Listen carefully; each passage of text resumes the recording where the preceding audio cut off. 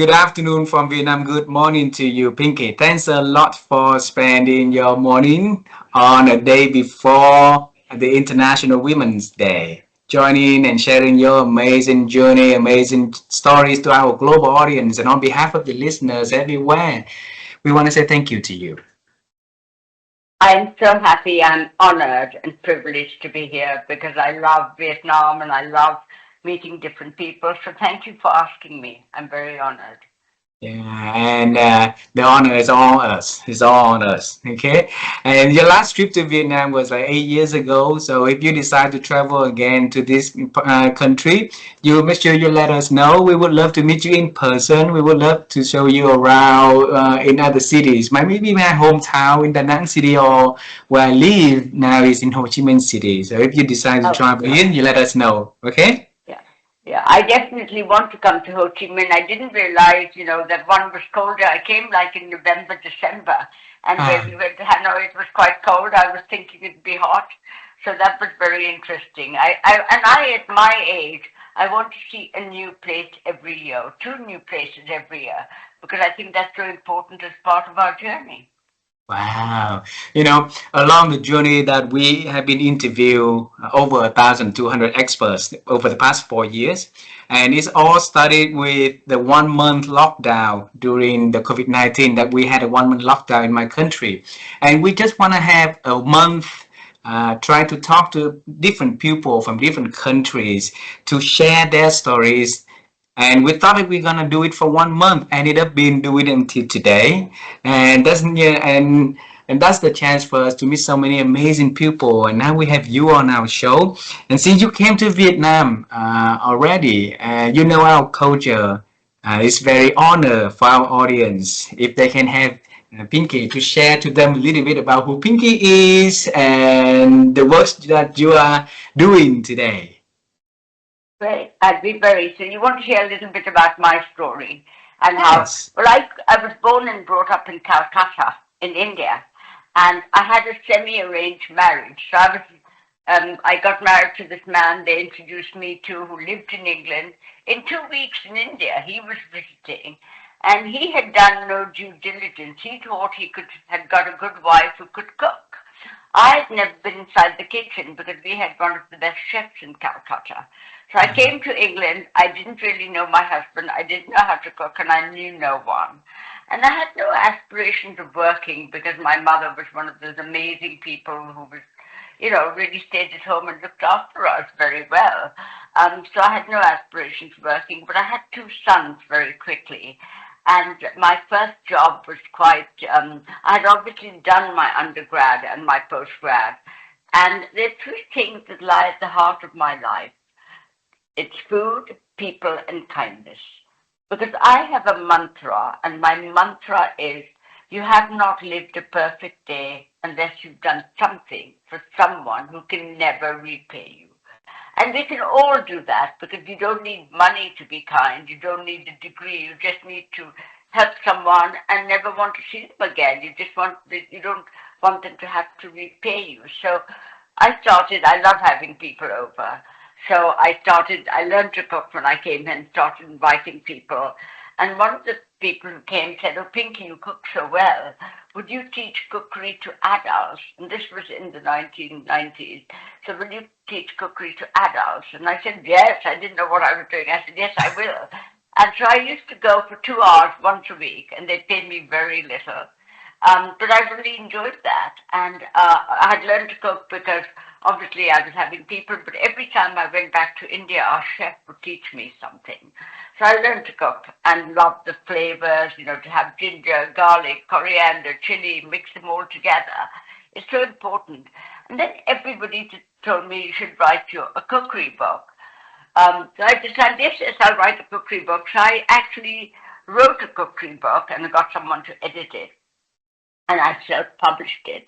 So when all these thousands of copies came, after people bought about 20, 30 copies, I had all these. I started bringing up people and saying, will you, sell my book? And they said, are you a celebrity? Are you on television?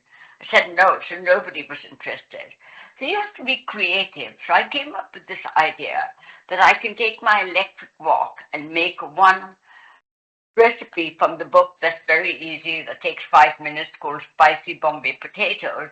So I rang up all these shops, these bookshops, and said, can you sell my book and I can do this? And 10 of them said no. One said yes, so I went.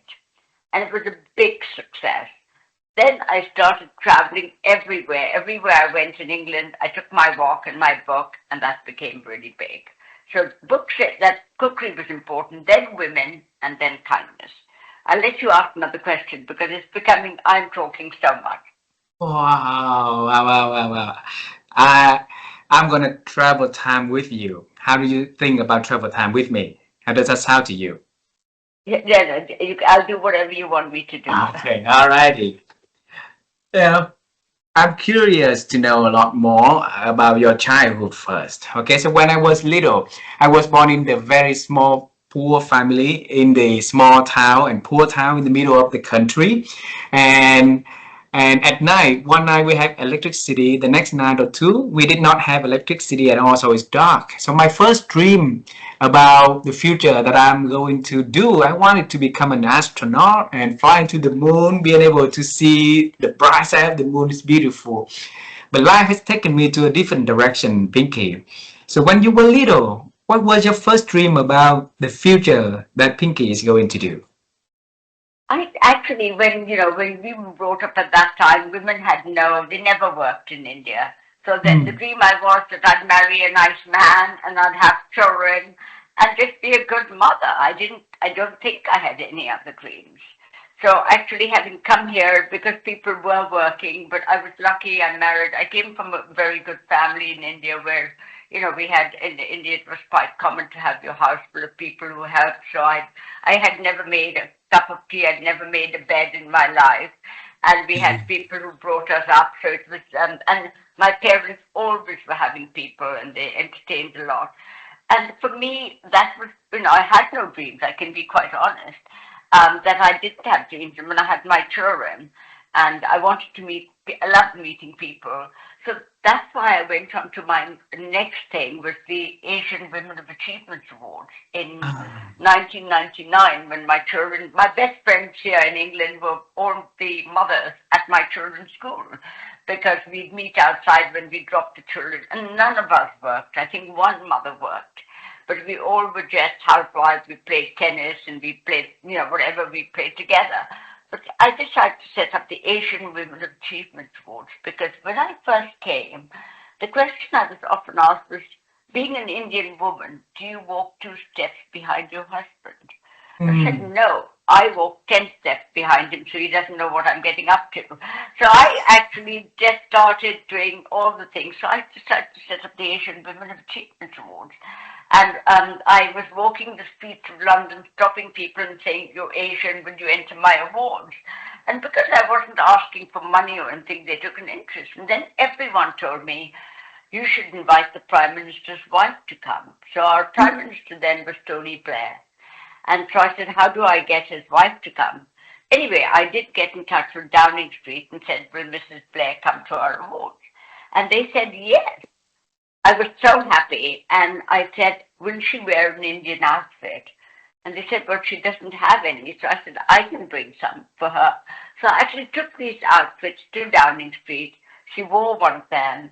She's been coming and supporting everything, and she's one of the most marvelous people, the kindest people you can meet in your life. So the Asian women grew, and we were recognizing them, and people who never, for me, what's important is so many people never get opportunities. They don't know people who can help them. That is what I wanted to do. So the Asian women became big. It celebrated 27 years. It's the 27 years ago I set it up. And then I went on to set up the Women of the Future. Now we have 10 programs around the world. Wow. Pinky, if you trace back in your family or your journey of growing up, where is that la capacity of entering onto newness and fearless like that inside of you? Is it coming from your father, your mother, or you grew up and with that inside of you? I think it's something that I grew up with. My parents were amazing. I always say they were so kind.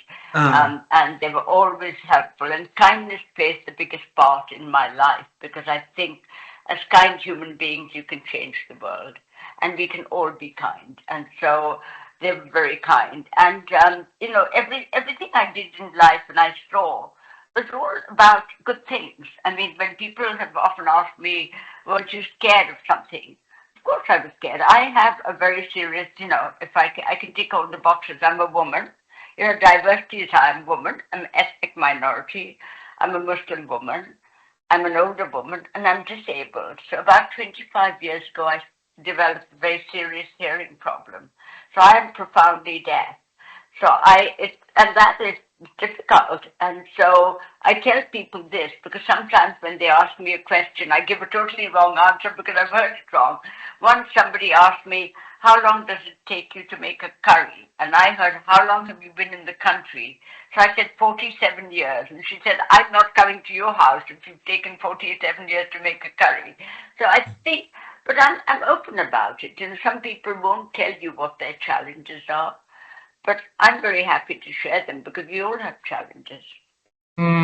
So you grow up with in the family that you had, you don't have to do anything. You didn't have to do anything at home, right? Except study and enjoy the relationship that you can cultivate with other people. Then you came to England. You realized that you're married to the person that you yet not knowing, right? That Yeah. you yet not knowing how to cook also, where the expectation was to have you at home and cooking. And that moment, you started to learn how to cook aggressively. And a couple of years later, you become well known in the space of, like culinary art, and you wrote books about that. So what did you tell yourself to move from the unknown to the learning and become mastery like that? I think I just told myself that, I won't always succeed. There'll be things that won't work, but it's so important. I told myself, ask somebody else. So whenever I want an answer, I don't know all the answers. I can read it up. But it's always people that have helped me on that journey. And I think we sometimes underestimate the big impact people can have. We never know who knows what. You kind of know these people, somebody who's rich, who's maybe in finance, and you go to them. But I think I find I get the answers from the most unlikely source. And one thing I could tell you, I look back in my life, and if I have had any success, it's because other people have opened doors for me. So I feel it's my duty to open as many doors. And sometimes I've gone to all kinds of places because of other people, not because I'm the only one who's done that. I knock at doors and I never feel bad if somebody says no, it's not meant to be. And I think with age, for me, I still am very curious. I'm totally different to this, but I'll talk later if you want. I've devised a theory of success called the 7Qs of success. We all know about IQ and EQ, but LQ is your likability quotient. When people ask me, how can we succeed? And to think about what makes you likable. We like people who listen to us. We like people who make us feel good about ourselves. How can you be more likable? And then a CQ used to be communication quotient. I've changed that now. I've changed it to courage and curiosity. Because even at my age, I'm still very curious. And you know how I find out more? You're going to laugh at this because I go on the train and I'm claustrophobic, so I never go in the underground. I find it too much. I go on the... And every day I will talk to 5 people I don't know. And Wow. on the train, I will ask them and say, what do you do? Tell me about it. And people love, some people may not want to talk, but 90% of the people will be very happy because I'm asking them about them. Wow. So I learn and meet all kinds of people I wouldn't meet otherwise.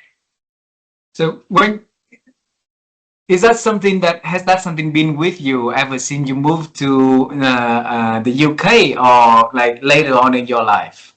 The No, the curiosity to five. connect. Yeah. I think it's later on. I was always curious, but now it's become part of my philosophy. And I Ah, think if I have to give advice to younger people, have a mantra in your life. And the mantra should be something that you follow. I don't know whether I earlier said my mantra is you have not lived a perfect day unless you've done something for someone who can never repay you. And that's important for us. So everybody should have a mantra. Somebody would say, oh, kindness is a waste of time. There'll be all kinds of people. And the other thing I do is I carry 5 chocolates in my handbag every day, and I give it to different people. And I'll never see them again. To little children, I'll give it to them, or I'll give it to the man at the train station. And I'll never see them again. But most of the time, it makes them happy. Sometimes they say, I don't like chocolate. Well, that's fine. I won't feel bad about it. And out of the many people that you meet during travel, what is the one story that you remember most you want to share so we can be inspired and motivated to follow, Yes. your way of doing? I was talking with this girl on the train coming back to my house, and I don't normally travel in very crowded, I travel off peak. And when we got off the station, I told her, come to my house for lunch tomorrow. So she said, people don't invite people they meet on the train to come for lunch. And I said, well, I do, come along. So she came, and she turned out to be the clarinet player for the Royal Philharmonic Orchestra, which is one of the biggest orchestras in England. And she Wow. was so inspired by what I did, she invited me to come to a concert. And where would I meet someone like that? And she's an amazing person. So I went to the concert last year. And that's a story I love to remember because, it just shows how you never know who you're going to meet. Exactly, exactly. And Pinky, thank you so much for sharing that, because 4.5 years ago, it took us a lot of courage to reach out to someone and asking them to share their story to join our show, because a lot of self-doubt. When I ask a lot of people in my country the day before we launched the program, I say I want to do something that inspiring people, and I know amazing people out there. We always have amazing stories to share and can be a source for us to learn and find inspiration from. And everyone I ask, they say, no, that's a stupid idea. No, they don't do that. We are in Vietnam. We don't speak English and you are nobody. Then who are going to respond to, your invitation to connect? But I kept asking, and look at it, 4 years later, I got you on the show sharing about kindness, sharing about your amazing journey, about openness to talk to people and knock on door for opportunities, right? You say that there's a lot of people being kind and help you. But it first also came from you. You knock on the door, you had the desire to learn how to cook better, then you start to learn. And then when somebody asks you to write book, you wrote book, right? And when people rejected the idea to have, the book long at their bookstore, and you kept on going, looking, and had the creative ideas that, finally you got your book launched, and the rest is history. And so you keep leaning on to something new to figure out. So if you look at all of the work that you do, it requires very different skill set to do. The cooking, the writing, the networking, the conversation, the philosophy, the leadership. So everything's different. So where did you learn those skills that can put onto anything you do, becoming really, really good result out of that?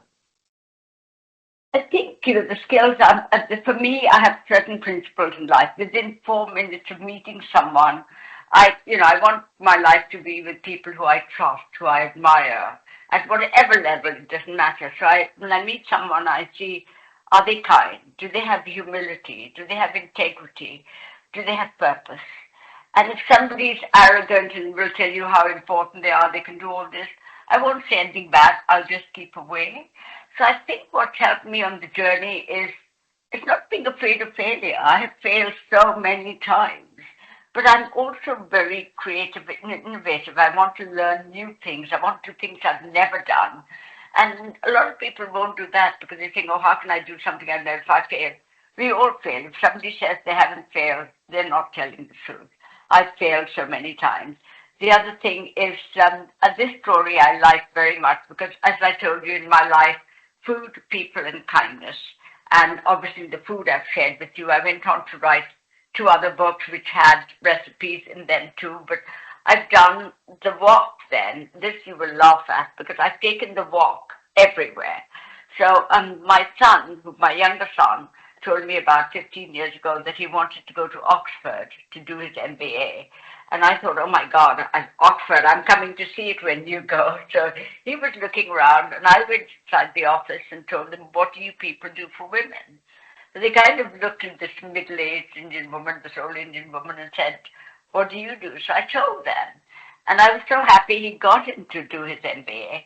And I got a call from them saying, would I be the keynote speaker on the first day of term at the business school? And I said, yes. And then I told him, I said, I'm speaking to all the women on the first day of your term. Don't tell them your mother, because if I don't do it right, nobody will ever go out with you.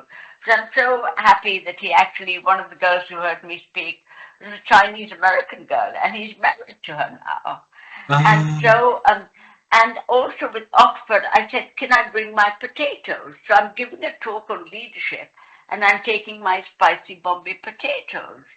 And I do that. People don't do that. Nobody. I went to Cambridge, asked me to speak. And I went and took my walk. And after the leadership lecture, gave a demonstration of how to. I did that at London Business School. I've done that in so many corporates, probably about 50 corporates, that I talk about leadership. And then I bring in food. And, people, even my TEDx talk, which I did in Morocco, in Marrakesh, I cooked in it in my TEDx talk. So the reason I'm telling you this is if I can do it, anyone can. Wow. Well, last year, my wife and I spent almost a month to sit down and listen to all conversation that we had. Every single conversation, we really dive into each of them. And we interview astronaut, we interview high-ranking military officer, best-selling author, executive. We interview a lot of, like Nobel Prize winners, a lot of, like racing scientists, right? And what made them amazing? There's a lot of things that contributed to their amazing journey. But one of that is very easily see, and we are working on that. That's why I reached out to you and asked you also, is on the newness intelligence. That's what we call.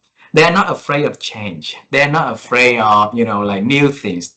They're curious to lean into that new idea, and they're curious to find solution. They're curious to find a way to make that idea become a reality. Like you did the same. You came to Oxford, right? You knocked into a different doors. Then, you came in, an opportunity for you to share your works, your culture, and connecting to new people. And if you look around us, so many people are afraid of new things, right? And probably that's something that holding them back. So my wife and I now are using these conversations, using our works and writing our books to promoting the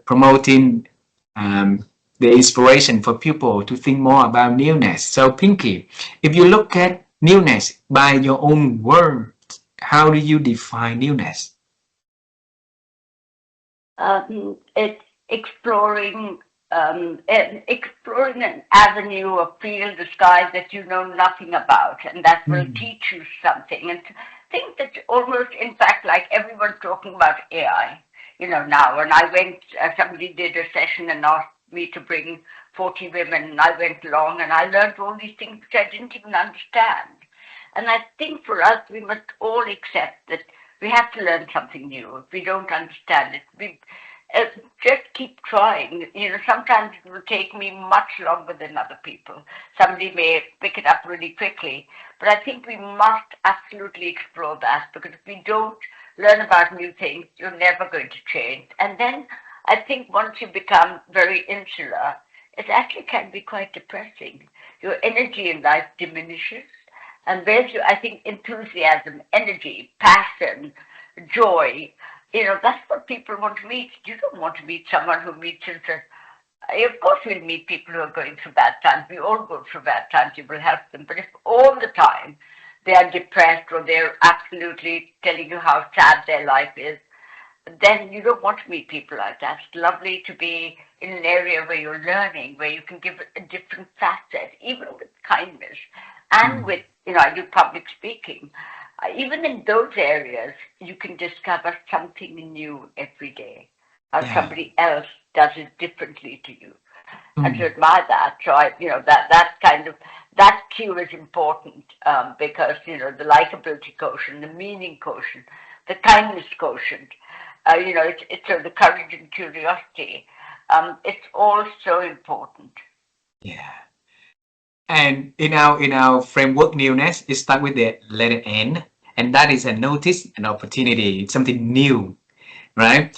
Like that's also a skill, and we want to hear from you. How like for example, like many people, many parents maybe taking their children to Oxford because they wanted the children to have the dream to visit the schools, and but then you will be able you've been able to notice an opportunity to connect with people to do something there. So that is intelligent. That is a skill to notice, to observe, to see what's there. So how could you notice new things that people yet seeing in the normal life like that, Pinky? I, I'm always looking at things that suddenly I say, oh my God, that's been done. Because I obviously, I get invited at different levels. Like I've been invited to private equity. I don't know anything about private equity. It's a different field. I'm terrible at finance, so I would really make a mess of it. I'm not afraid of inviting 30, 40 people to my house and cooking for them because I think I'll put more coriander, I'll give them some wine, hopefully they'll enjoy it. But I think it's also that newness is every single, as I say, that every single day or every single week, do something you don't know about. The newness is very important. So, like private equity, they asked me to speak, but I was just storytelling because I think when you storytell, it gives substance. Whereas when you're just reading about strategy, you can open a book, then it's quite restricted, and you don't know how to use that strategy you're reading about. That somebody's telling you must do this, but you don't know how to. If you hear a story, it gives you a different perspective. So I Wow. think that it's important that the perspective. And I had a near brush with that. About 3 years ago, I had gone out with my family, and when I came home, my husband drove into the driveway, and when I got out, he went to park the car. And when he came out 1 minute later, I was lying unconscious on the driveway with bleeding, Oh, because I must have tripped or fallen or I don't know what. So he had to get an ambulance, and for a whole week they didn't know whether I would live. I had lots of bleeding in the brain, and I was in hospital for 6 weeks. So after 1 week, I came round, and then I had to, luckily I didn't have any other physical, but they were afraid that my, cognitive abilities maybe with brain bleeds. And what helped me most in that journey is other people, my family who were there to support me, and my own. I mean, I guess it's horrible to be in a hospital, and it's a national health hospital for 5 weeks, learning to walk again, talking. But even there is my love for people that came through. I would talk every day to other people on the ward with me, and they all came from different backgrounds. They were young. I talked to the nurses were all from the Philippines. So even there, I was learning. And so I think, we all have challenges. And then everybody told me, because I have two lovely little grandchildren, and they're the highlight of my life. And everybody told me you should write a book about the story of your life. So, in fact, that is the book. Can you see it? yes, some kind of It's wonderful. yeah, the magic life has taught me. So it's been written by an amazing woman who actually I didn't have time to write it myself. So I went, somebody from publishing gave me some names and I interviewed them. And she's written it. It took her about 8 months, and then it was launched about 18 months ago. And it's got a recipe in every chapter, a quotation, and my life story. And I Wow. hope that, if I always say the reason I tell my stories is to make people believe that they can do the things they want to do, and that, when we see success and people are successful, we think they've always been like that. I'm very lucky with the work I do. I work with people who have been abused, who've been really, try on their journey to people who are very, very successful. And I think what I will treat both of them, the very disadvantaged. A girl came to see me 2 days ago. She's a weightlifter for Britain, and she was telling me how she was abused as a child. And then I meet very successful people, but I will talk to them both in the same way. And I think for me that the way you treat people is paramount to your success. Yeah. Don't change because it's somebody important, so you want to say nice things to them. Mm. Just be the same, be kind, be yourself. That's the only way you can shine. Wow. I love to have people to learn and hear this because in the Yes. world today, this is very important, very needed today, every day, right? And Pinky, for those who been kind and yet seeing the result, yet seeing, like the people treating them, in returns, what I mean like that. So, Yeah. because sometimes kind people is not easily to be like recognized, and it takes No. time. Yeah, so from a lot of time people will be like bury in emotions why I'm doing this, and nobody seems like to care. And even sometimes they will be like pressured by other people because of their kindness also. So what advice would you give them to find the strength, the courage to continue, believing that kindness will lead them and their lives onto something beautiful? I think being so much older than all of you, I can just say from my experience, carry on being yourself. Be the best version of yourself. And don't be afraid. If you don't get any of the replies you want, it's because something else somewhere will come up. So I'm not afraid of failure because everybody fails. I'm always, as I said, I feel very honored when people will listen to me. But all of us, you don't stop being what you really are. For one thing, I love food, as I said. So I always have cakes and everything in the house, and I'm cooking. And if I get delivery, a delivery man comes to bring my groceries I will always give them something to eat before they go.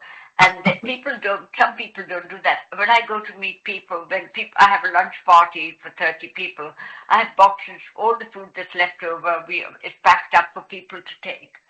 Because that's the way I like to do it. And people are always happy. I mean, some people say, I don't want it. You'll always have that, but other people just love it. And everybody can't have people to their house. They don't want to cook, and that's fine. Find something that you really feel good about, that you can share, that will inspire. Because all of us, whatever you say, have something that can shine a light on someone. And Mm. I'm, obviously with the work I do, I've gone everywhere. I've had good fortune. But now for me, is how do I give other people the opportunities that I went somewhere? How do I open a door? And we can all open a door. It's just sometimes introducing you to someone who's very different to yourself. And never be afraid to ask. They say the only thing you get for in life without asking is an infectious disease. Everything else you have to ask for. But make sure you don't. I hate people who ask for too much. Like there'll be people who'll be ringing me up or sending, I want to speak at your summit. I want to speak. And I can't just give people opportunities because we all have to go by who we know, what our theme is. This Uh-huh. year, in about 10 days' time, we have our summit, and the theme is courageous leadership. And we Uh, have some amazing people, young men, older people, all kinds of people. And I think it's just even the people who are very powerful doesn't mean they know people in every field. I obviously know people who are academics, who are CEOs of companies, and all their lives can be quite insular. What advice I'd like to give everyone is don't be insular. Be wide. Think of a wide perspective. Try to meet people very different to yourself. I mean, I'm hopeless at finance, yet it's interesting for me to talk to an accountant or a lawyer because they all have challenges. The one thing I've noticed is everyone has things that haven't worked for them. And yeah. don't be afraid, we all have those challenges. I've had so many in my life, but I won't give up. I'll still carry on doing the things I love. And then hopefully, inshallah, as we say, something good will come out.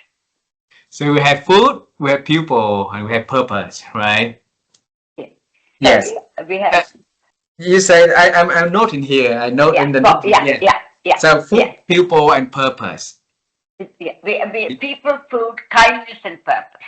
So kindness and purpose. So we heard about people already, food already, kindness already. Now purpose. Okay. Yeah, yeah, And the reason for that is purpose has been said and shared kind of widely a lot over the past, like years and decades, right? And when it's shared so many times, I'm afraid that it's becoming overused, and people will misunderstand it or understand it incorrectly, and it might harm them more than that might help them. So, this opportunity is a wonderful opportunity for me to bring the topic of purpose up for other people to hear from you. How did you find your purpose in life? What did you do to find your purpose and things like that? So let's dive into that, would you? yeah, sure. I think we all need, everybody will have a different purpose. So I don't want people ever in life to think this important person, this successful person talks about this. So that is the only thing to think of. We have to find what resonates with us. And so my purpose for me now is, how do I open doors for others? How do I enrich others? How do I help them on the journey? How do I overcome my challenges? What is my real, how do I want to be remembered? What's my legacy? So that gives you purpose. For me, that is very important. If it's just about self-promotion, if your purpose is just to have a big like have big, everyone knows about you, being well recognized, and for me, that's not, for me, it's not a relevant purpose. I don't want to pass judgment on other people's purpose. But we have to, when you believe in something, you have purpose, it helps flow, it helps things happen. It helps you try, be innovative, creative, and really, really go to areas you don't even know anything about and learn something. For me, that is, people have to sit down, and sometimes, if you don't know what, just ask someone else what they think you're good at, what they think you should do more of. So I think purpose is absolutely important, because if you don't have purpose, you meet someone who has nothing, no purpose, you feel actually quite, it makes you feel really sad. You feel quite bad for them. And so whenever you meet people who've got a purpose, and the purpose to me has to have goodness in it. If it's a Good. purpose just of making money so that you can wear a Patek Philippe or drive a Lotus or whatever, that's fine. It's your purpose, but it's not going to help you in the long run. Because everything, I find the younger people, what's important to them at that stage. I can tell you one thing, being older, what was so important to me 25 years ago is irrelevant now. Yeah. So, that moves on. Time and age moves on, and everybody becomes what they were never before, because that's what time does to you and aging does to you. And so I'm very conscious that I want to be fit. So every day I will do 10,000 steps at least. And I feel, I do that, and I run in my house. I mean, jog, not run. But I just want to do that, because everybody said, well, you should go swimming. I don't like swimming. And so, those kind of things. And they're all telling me that at my age, your the bone density and your muscles are important. So I've started doing these core exercising, holding my stomach in, and actually I feel good doing it. But it takes a bit of a challenge, because when you're not used to it, in the beginning I started and said, oh my God, this is so hard. I thought somebody does it 10 times, I can do it twice. But we all can, we can be the best version of ourselves. We can do, and you need someone who's like almost a champion for you, who's telling you good, and will also tell you when you don't do something right. You need someone to say, I don't think. And I'm very happy, because, my family, my sons are amazing, my brother and sister, they're my inspiration. And my little grandchildren who speak Mandarin. And they are so clever. They're only small, but they do things that I don't even understand. And I Mm. think we have to be really, we have to have that purpose, that we focus on what we are able to do and what gives us joy, what inspires us and enriches us. Wow. Pinky, earlier you mentioned about being able to tell your stories because you have to be able to share your story, to tell your stories also, right? And I was amazed by when you shared that somebody asked you to invite the prime minister's wife, and you say, "Good idea." Then you went to Downing Street, you asked for it, and then she agreed to join. But then you shared another story asking her to wear the custom, the dress, and that take the request to the next level. So if I bring you to that moment, what was in your head back then? To asking for to raise up the stories. Well, I think in England, a lot of people at that time, there were some Asians who were very much in the news, and you were seeing them wearing all these Indian outfits. Fashion is such a big thing in everybody's life. We know that. And that's why I just asked. I was so happy when she said yes, and then she turned up. And she is, as I said, one of the kindest, most inspiring people I've met. And she is so reflective on people. She will go and talk to Sherry Blair will go and talk to everyone. When she comes, she meets the students, and she takes a deep interest. You can always tell when people have a deep interest or when they're just saying something for the sake of it. Hers is a depth that's really amazing. So we were very lucky because even when I invited the Prime Minister at that time, well, then after that, we actually, Theresa May, who used to be our Prime Minister, she's worked with us. So she's come to our events, and all kinds of people come, and they inspire, and I hope that they get inspired, even they learn something, because when you're in politics or in power, it's quite pressurized because there's so much of, coming into you, and sometimes it must be difficult for them. I don't know. I don't have that kind of power or money or anything. But I just think that, I keep learning when people say, oh, I may know these people, but I'm not, I'm on a different level. I don't have that kind of power or money or anything, but I just want to be myself. I want to learn. I'm so happy to talk to you today because Me I too. love the fact that as I said, I'm really honored. And every time I'm invited somewhere, I think, well, I hope I teach them something. I hope I make them believe in themselves. Because we just don't know what lies ahead. Nobody can tell you. Did I think I would almost die? And then did I think couldn't hear? And those are all the things that everyone has. And they don't share it sometimes because they think it's as a weakness. And some people say kindness is just a soft thing. It doesn't bring you. I don't agree with that at all. The people who've helped me on my journey, the powerful people, are the kindest people. Wonderful. There's an amazing organization called NTT in Southeast Asia who are our headline sponsors So entity for from our women. Japan.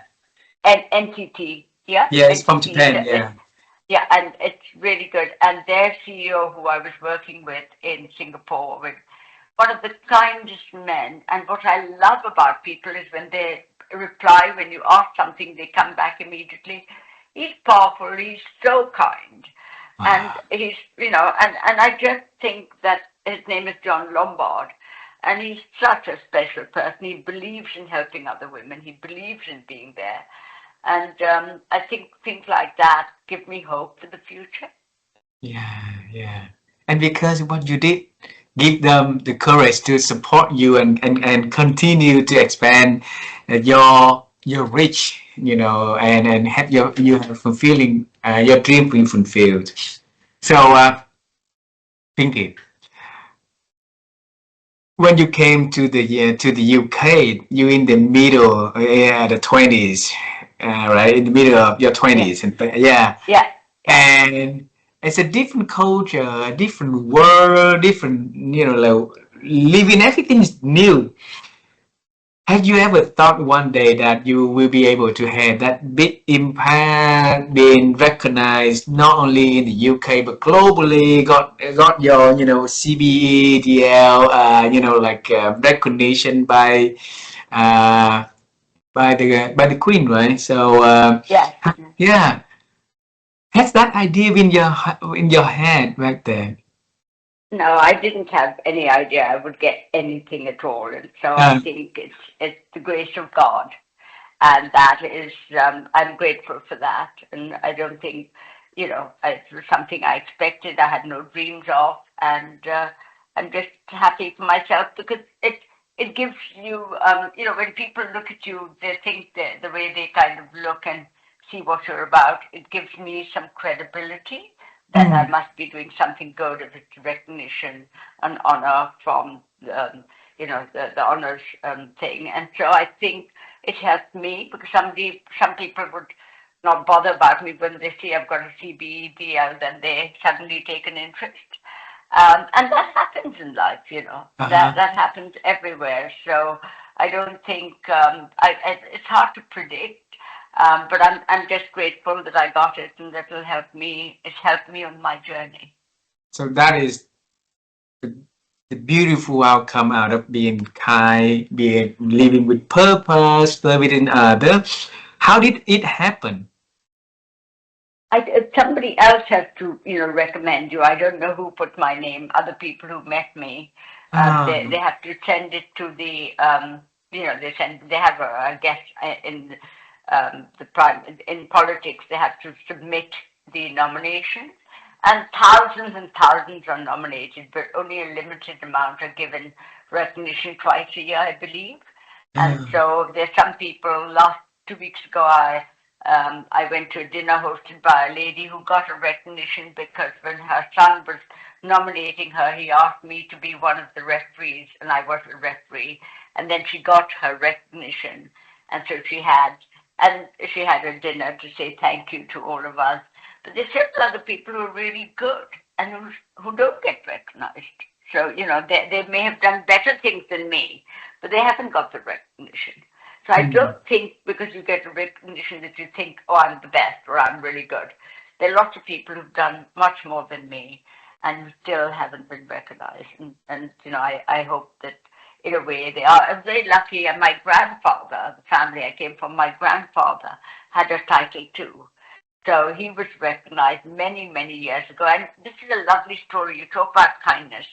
And this mm, story is one of my favorites. I love food, and so I go to different restaurants. About 25 years ago, I went to this Burmese restaurant, Myanmar, from Myanmar, the Burmese, we call yes, them yeah. Burmese, in London. And it was a small restaurant. I took a client of mine, and when we were sitting, this man came around, and he was the owner, and he looked quite older, and he said, where are you from? So I said, I'm an Ismaili, I'm from Calcutta.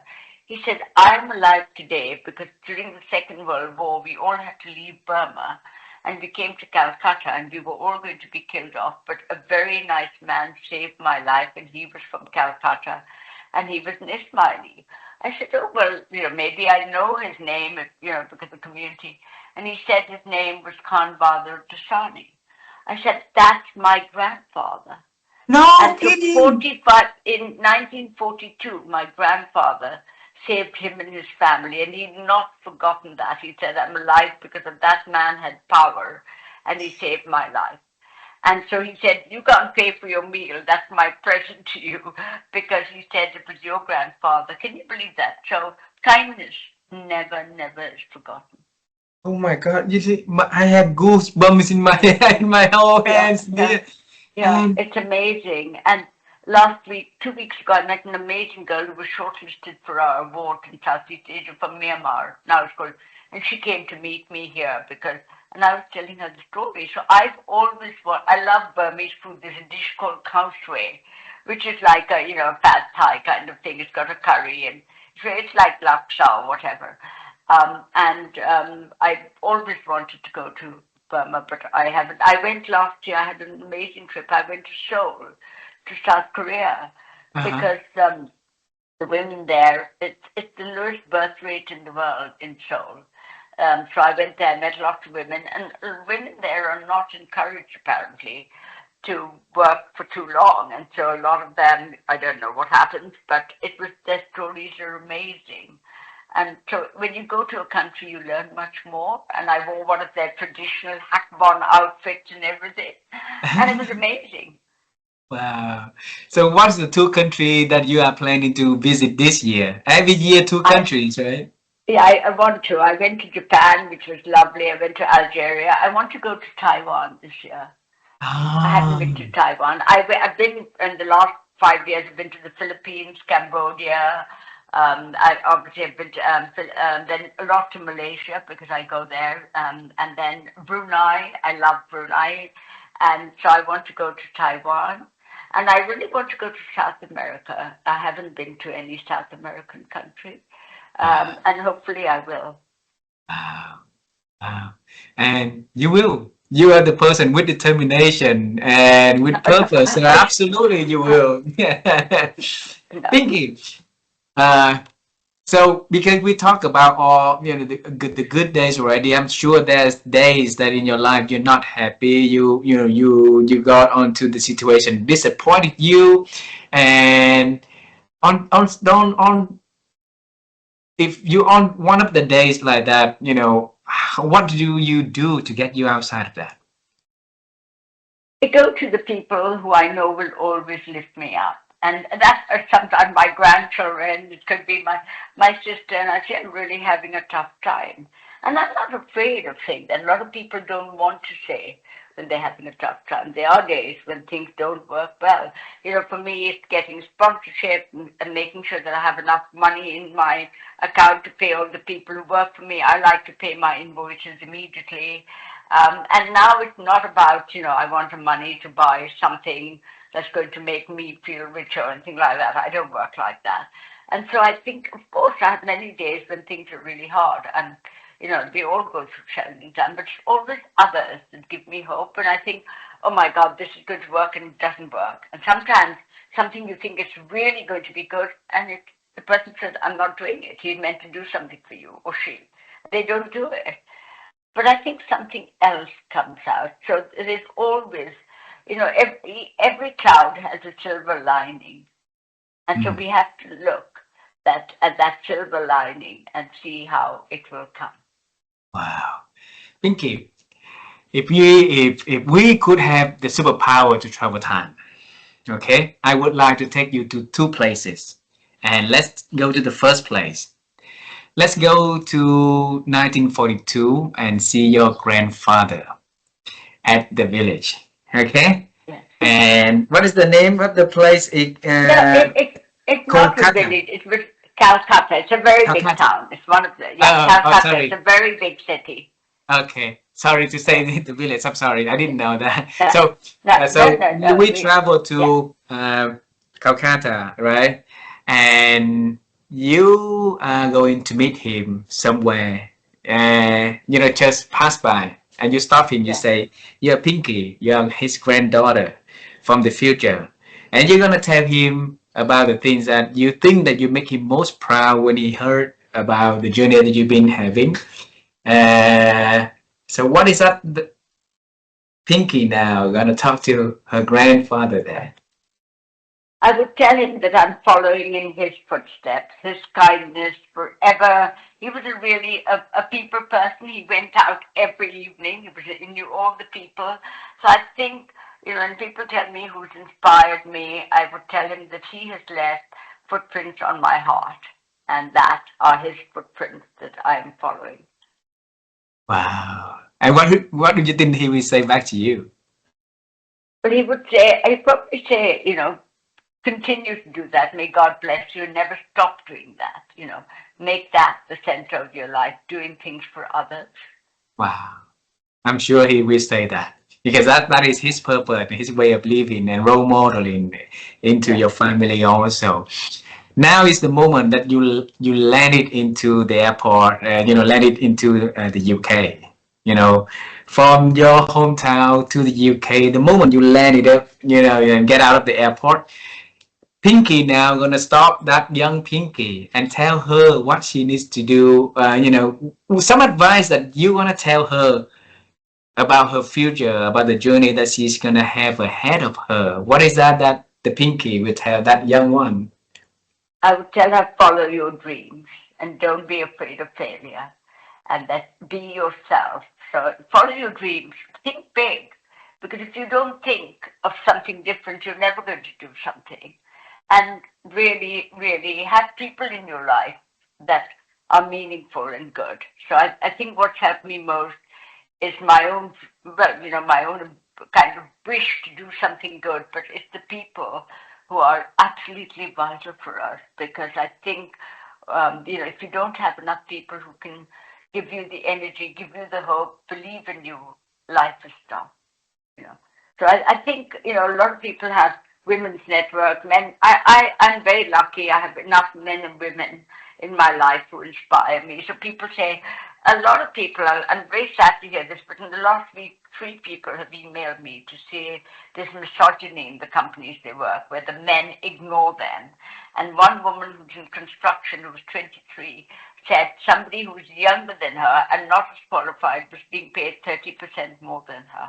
And she said she's not, the men have their own little cliques and they go out together to the pub and they go for what? She said the women, a lot of them feel very marginalized. So that's going to happen in people's life. But find something that you can find people who will help you on that journey. So when you have that minute, you want to still believe. You don't want to give up and be depressed and, leave that.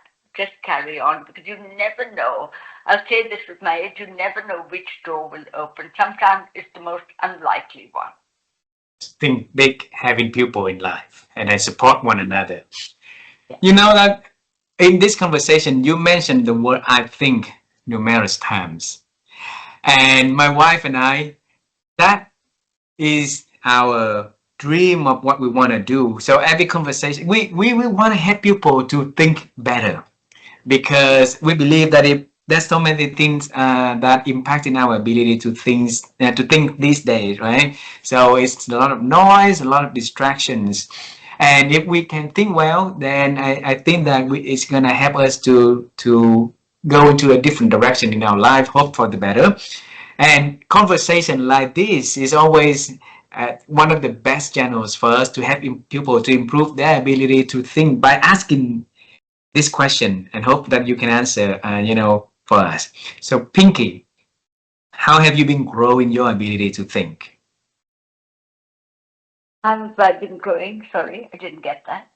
How have you been expanding your ability to think? Oh, well, just by learning something new, by talking to people very, very different, who think differently. If I talk to people the same way, who think like me, I'm not learning anything new. So I think for me, it's that whole going into a periphery that is very different to what I am, so that you learn all the time. And I mean, for me, sometimes it's just going on Netflix and going to something that I would never understand about. Good. And as I said, really, when I go to new countries, I just talk to people I go to Singapore every year for work.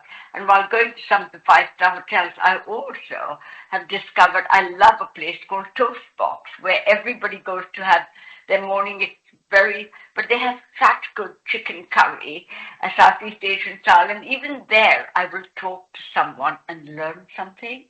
And I think the way to expand forever is to keep learning, to keep being curious and not be afraid of failure. So learning something totally new. And I think now we're all talking about chat GPT and those kinds of things. And for you guys, will understand it like this. For me, it takes me much longer. So I never give up, even though I know that it's going to take me long. You never know where it's going to work. So, for my future, I still want to learn. How did you nurture that curiosity this long, many, many years, and it's never less? It's just more curiosity inside of you to learn and to impact, to create more impacts for yourself and for other people around you. It's a very good question. I would ask, I think, because I'm curious, I think everybody must be curious. So maybe everybody is curious. Maybe I'm just like everyone else. I don't know. Wow. Tomorrow is the International Women's Day. Yes. Your life at work is all about helping other people, especially for women, to uplift, to believe in themselves, to to be the best version of themselves, right? So I would love to use a message from you in celebration of the International Women's Day. So, what would you say to all the women who listen to this conversation? I always think that I remember, I think it was Madeleine Albright who said there's a special place in hell for women who don't help other women. And I think remember to help. And the other thing is very important to remember. If you want to go fast, you go alone. If you want to go far, go together. And I want people to go together with others because, it really is important to have in your life people who you help, people who help you. And actually, happiness is the key to our success, I think. And to be happy, you have to do the things you believe in and that you think if you're helping other people on their journey, it's important. But I'll go back to my mantra is for them, you have not lived a perfect day unless you've done something for someone who can never repay you. So I want them to really have those kind of days. Wow. Thank you so much for a beautiful conversation. We have a lot of wisdom in here, a lot of things for us to celebrate with you for the beautiful journey, for a lot of things for us in here, for us to learn and grow through your wisdom sharing here. We love you and we look forward to seeing you in Vietnam one day. That would be wonderful to give you a big Lovely. hug and to go with you to talk to strangers and to share your kindness, yes, share wisdom in person. Okay. Can I tell you, you've been so eloquent and you've been so kind in the way you've conducted this interview, and you've made me feel very valued. So I really appreciate that. Thank you. Thank you very much. Please send our love and respects and gratitude and kisses to everybody at home and tell them that they have a new family in Vietnam waiting for them all too. Lovely. Take care. Bye Take care. bye.